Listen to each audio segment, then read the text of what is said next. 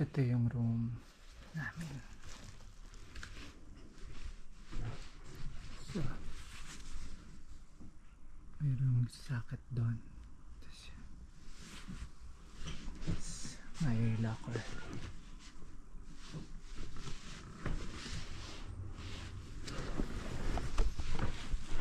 Tapos,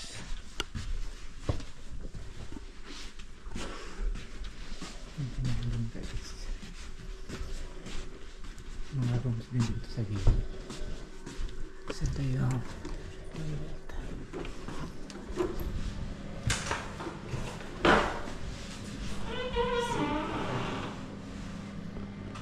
Punta dito. Toilet dito. Sarado. So, yan. Yan.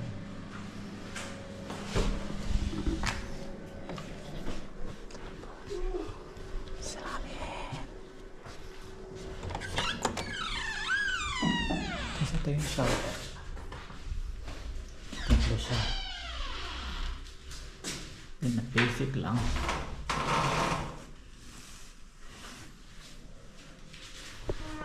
This is around 400 pesos to nabukat per night.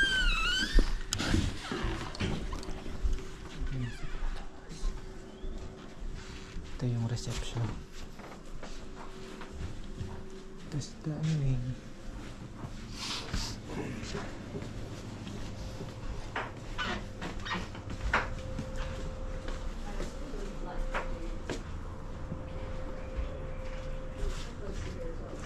Ito yung laundry area.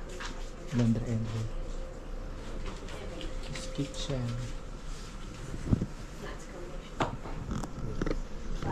Tapos may pakita ko sa inyo sa labas. Ayan, ito pala yung hallway. Sa pinakadulo yung kwarto. So, ayan ang entrance. Bale, sa third floor to. So huwag kayong kakatok sa first floor at second floor. Dahil nagagalit sila.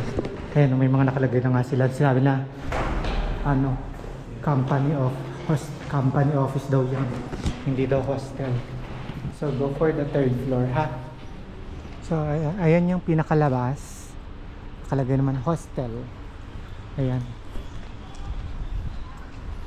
ano ba din nakalagay sa gilid? Sun Hostel third floor. Ayan, tapos may dito parang police station. Ayan, somewhere, kasi palaging may mobile ng police. So, ayun. So, let's go. So, yan yung hostel ko for 4 nights. So, 1,500 something lang siya. So, parang around 400 per night. So, guys, nag-check out lang ako sa hostel ko kasi mamayang 7 PM flight ko na. So, pero 11:30 pa lang. 11:30 AM. So, ngayon, punta muna tayo sa may likod ng Kazakhstan Hotel dahil kakain tayo ng Bish Barmak. Hindi pa ako nakakain ng Bish Barmak kasi last time na nagpunta ako sa Navat 11 AM pa lang, so hindi pa available. 12 nun daw siya available. Ngayon meron naman sa Navat na Bish Barmak, pero mas itatry ko naman dun sa isang restaurant which is Tarhun dahil kilala din siyang restaurant na local restaurant. So let's go. Yun. Bale, magbabas lang ako. Mas malapit to dun sa unang accommodation ko, which is kasi nasa may Medu area siya. Yung mas malapit siya sa Koktobe. So yun. At siguro tambay din tayo maya sa park dun kasi para may park dun na maganda. Let's go. So guys, nandito na tayo sa bus stop. Wait lang tayo ng bus natin. Yan. Bus number 90, 65 or 19, 25 or 120. So bali 6 stops mula dito. Mga around 30 minutes yung travel time natin. So, check ko na rin tong Onay card ko. Nasa 3 ride pa tayo pwedeng sumakay. So saktong-sakto lang. May sobra pang isa. Kung papunta tayo doon sa Tarhun restaurant, kakain, tapos diretso papuntang airport. So pangalawang sakay yun. So, meron pang natitira. So sulit na sulit tong Onay card. Bumili kayo na ito.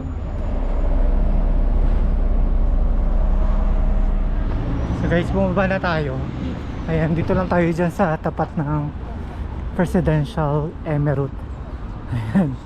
Tapos ito yung Kazakhstan Hotel. Sa likod niyang Kazakhstan Hotel, after nung park, doon na yung Tarhun. Let's go. So guys, nandito na tayo sa Tarhun. Ayan, nasa likod ko. Nasa likod lang talaga siya ng Kazakhstan Hotel after ng park. So tara, let's go. Wow, ganda. Tingnan natin sa loob. Mukhang puno kasi lunch time. Baka for reservation.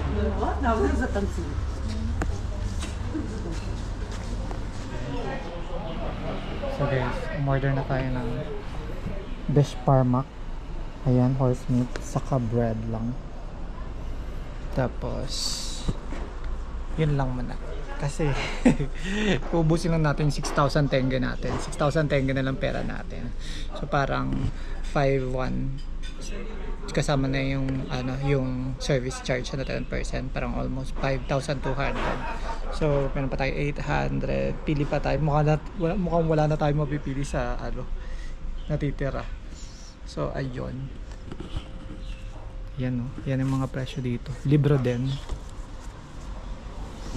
So let's wait. Thank you.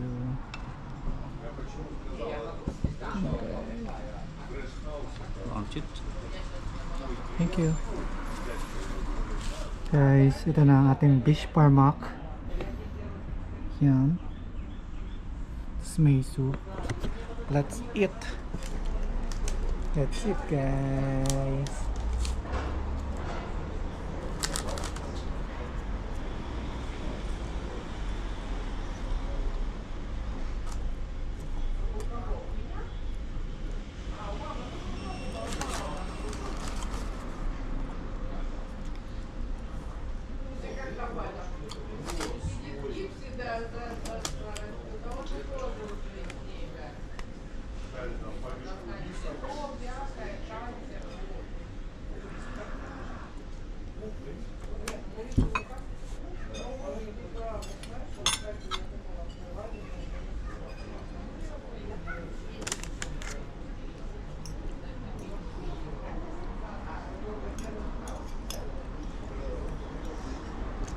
Tapos may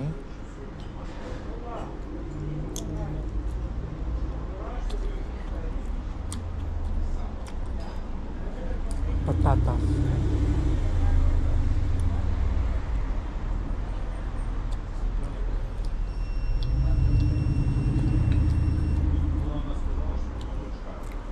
So let's taste the soup. This is the soup.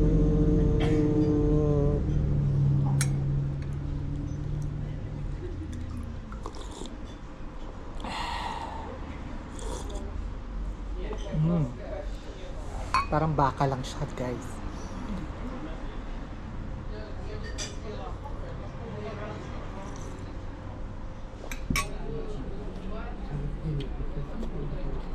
Guys, total ano lang siya, parang nilagang baka lang talaga. Pati yung soup niya, lasang nilagang baka. Tapos itong bread is yung mga nabibili natin sa bakery, yung mga piniritong donut, ganun ng peg niya. Tapos may yogurt. Hindi ko alam kung sa umpisal ba ito kinakain itong yogurt o sa huli na. Rag-araw. Susulit to kasi nasa ano lang to parang 500 pesos ganyan ang lahat ito na to, 500 pesos lang. So ulit guys, pero this is national dish ng Kazakhstan and Kyrgyzstan, pero ang lasa niya lang talaga nilagang baka. Sa totoo lang. So yun, pakain na muna ako guys. So let's go guys. Tapos na tayo mag lunch and it's around 2 PM and 7 PM ang flight natin. Diretso na tayo sa airport kasi almost 1.5 hours ang, kapag magbabas tayo parang 1.5 or 1.20, 1 hour and 20 minutes yung bus papuntang airport. Kasi nga maraming stopover. Pero pag mag-ano ka, mag-Yandex yung taxi, mabilis lang. So parang 30 minutes lang.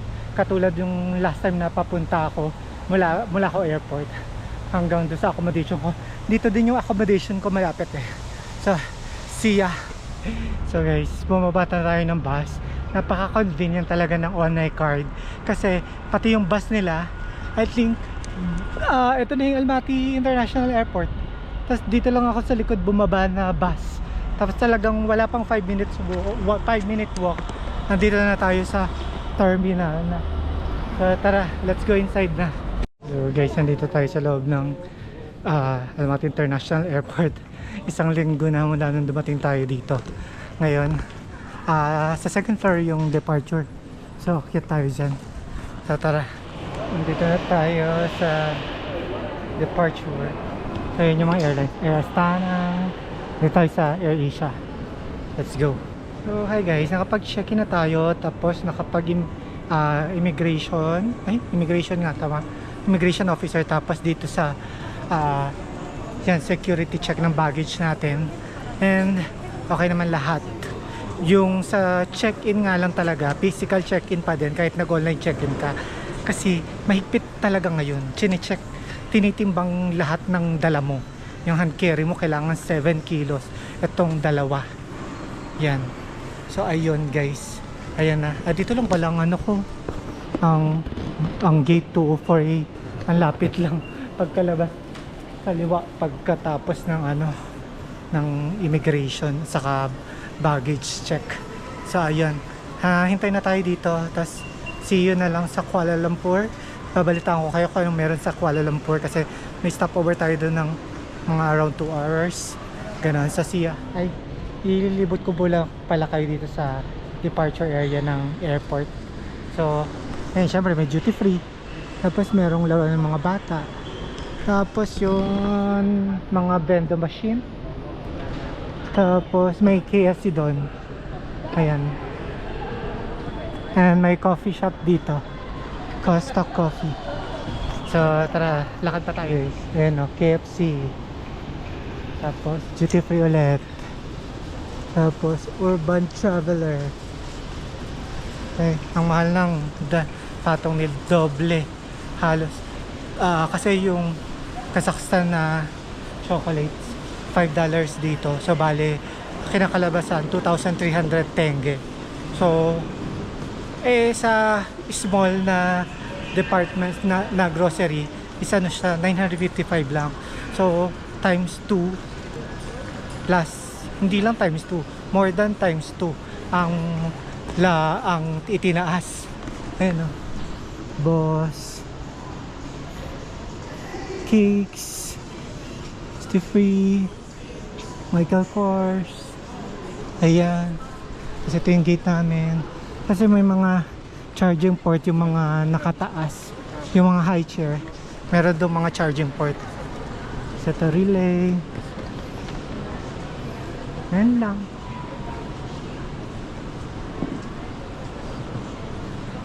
Ayun ulit. Mga bilihan ulit ng mga chicha-chicha, mga bread. So yun. Tingin pa tayo sa pinakadulo. Ayan guys. Tumi naman. Bilihan ng mga bags. Tapos dito liquor. Tapos hindi ko alam kung ano yun. Restaurant din. Mayroon pa pala tong third floor. Tingnan natin kung anong meron sa third floor. Third floor pala guys. Mga lounge. So yan ang overview. So yun lang. So yun lang guys. Ayun guys. Always bring your lagayan ng tubig. And kasi meron siya palaging libreng tubig. So magre-refill ako ng aking tubig. So guys, boarding na tayo. Ayan. So see you in Kuala Lumpur.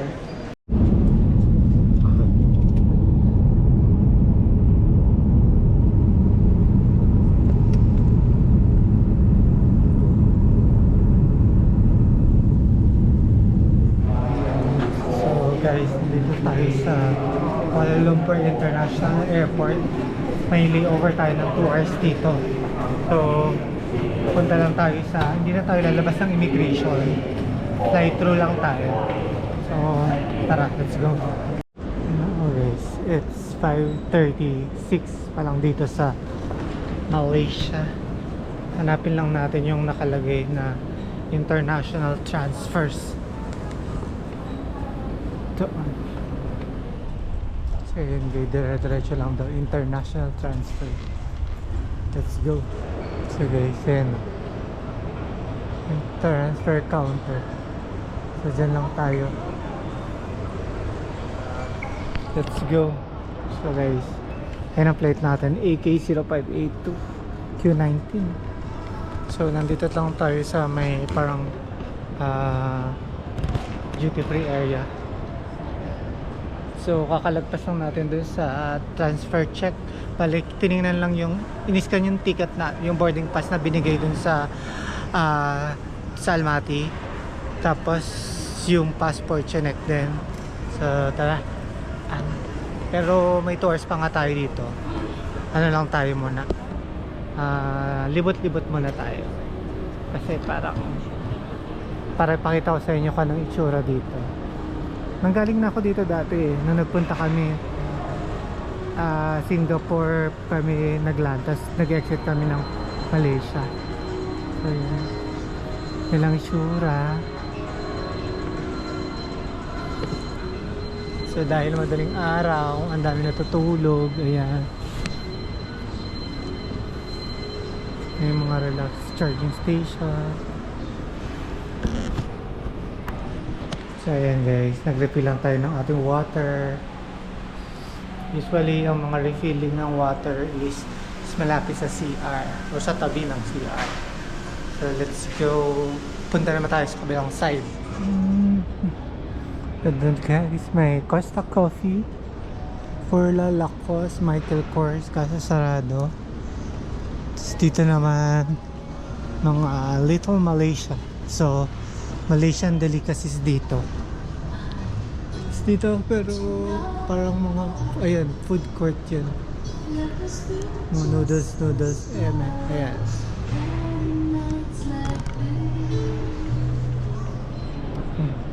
So guys, tara na sa boarding gate natin. Doon na tayo maghintay. So guys, kapag papasok ka na sa may gate area nyo, kailangan pa rin i-check yung mga bags.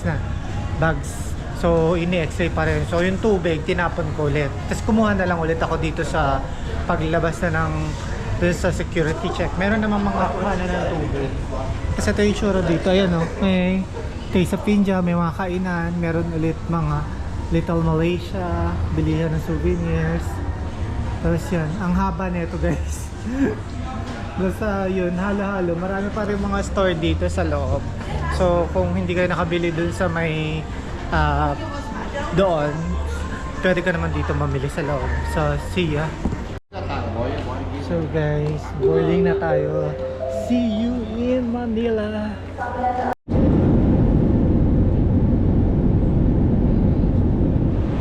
So guys, we're back here at Ninoy International Airport, Ninoy Aquino International Airport, Terminal 1. So welcome back to Manila, Philippines. So dito na natin tatapusin ang ating Kazakhstan vlog. So see you on my next adventure. Bye.